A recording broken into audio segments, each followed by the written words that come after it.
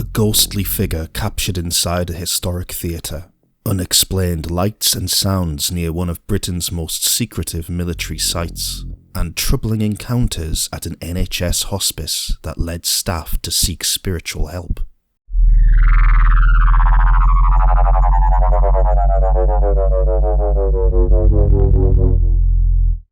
Every week, across towns, cities, and quiet places in between, strange reports emerge. Moments that witnesses struggle to explain, events that are documented, discussed, and often forgotten. This is UWN, a brief record of the unusual stories reported around the world in the past 7 days. Now, our first story. At first glance, it appears to be an ordinary photograph. Scaffolding inside the Oldham Coliseum theatre, captured during renovation work as the historic venue undergoes major restoration. But look a little closer at the lower corner of the image.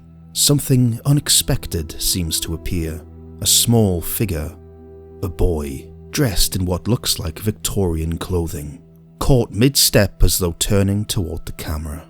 It may be a trick of the light, a shadow, or simply the human tendency to recognize faces and forms where none truly exist. Yet, the photograph has drawn attention because the Oldham Coliseum has long been associated with unexplained stories. Former staff have described strange sounds in empty corridors, doors opening and closing without cause, and the sensation of unseen presences within the building. Some recall hearing children playing in areas that should have been deserted.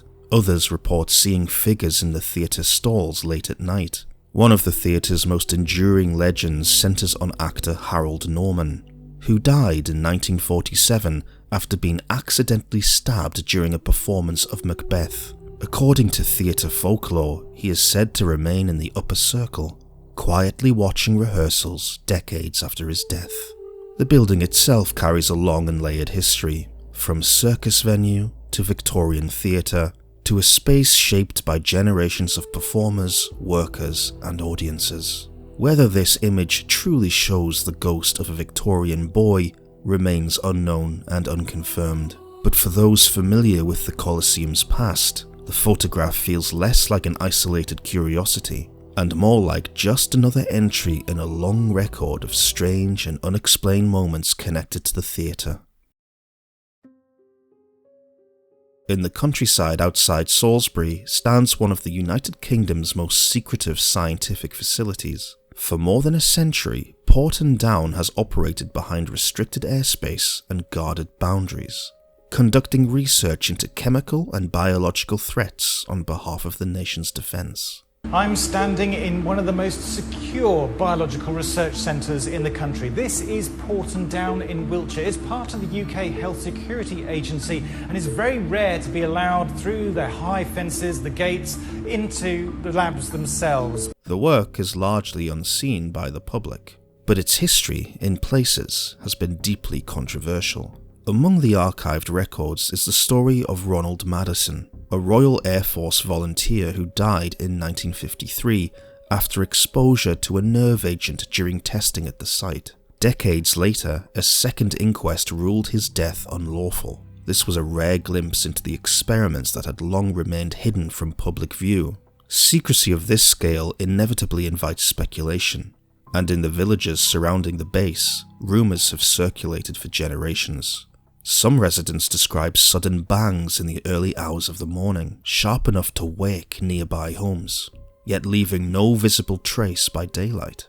Others speak of unusual lights above the restricted skies, circular formations appearing silently, hovering for several seconds, then vanishing without sound or movement.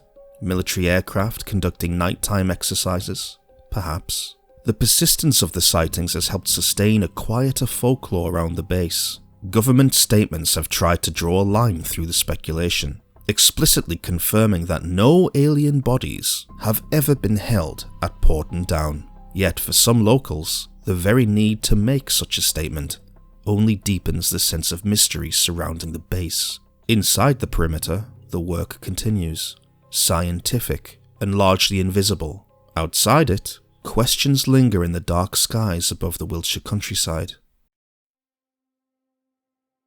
In Norwich, on the grounds of a former children's hospital, staff at an NHS hospice began reporting a series of unsettling experiences. Several described seeing a ghost of a young girl in a red dress. She would show up at night and walk through the corridors and was witnessed by many. Others have spoke about a growing sense of unease, nothing dramatic or violent, but persistent enough to cause genuine distress. The hospice itself stands on land once occupied by the Jenny Lind Children's Hospital, which operated there until the mid-1970s. For some staff, the history of the location seemed inseparable from what they believed they were witnessing.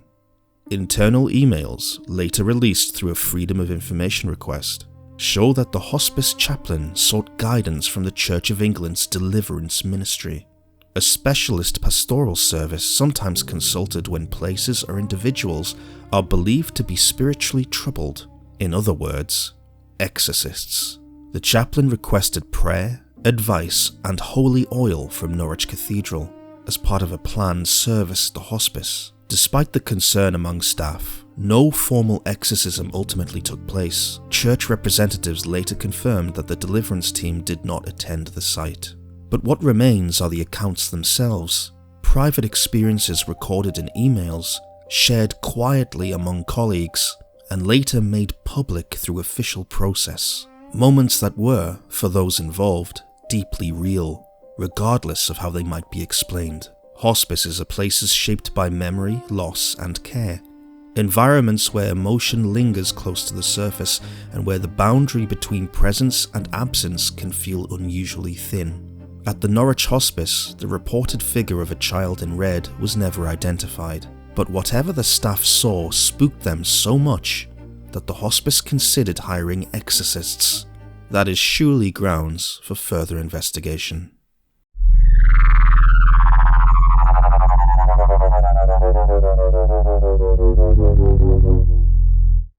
Thanks for tuning in to the first episode of Unexplained Weekly News.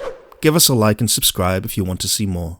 And if you've heard some strange stories recently, let us know below. See you soon.